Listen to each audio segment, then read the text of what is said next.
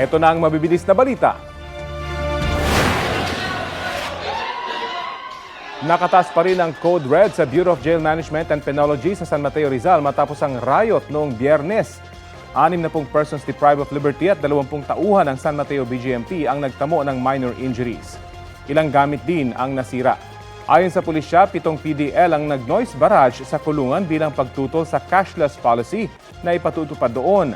Coupons na kasi ang gagamitin sa mga transaksyon sa bilangguan sa halip na pera para maiwasan daw ang korupsyon.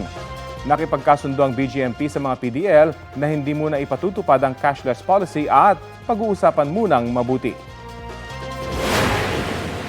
Sumiklab ang sunog sa isang storage at industrial facility sa Barangay Potrero sa Malabon kahapon.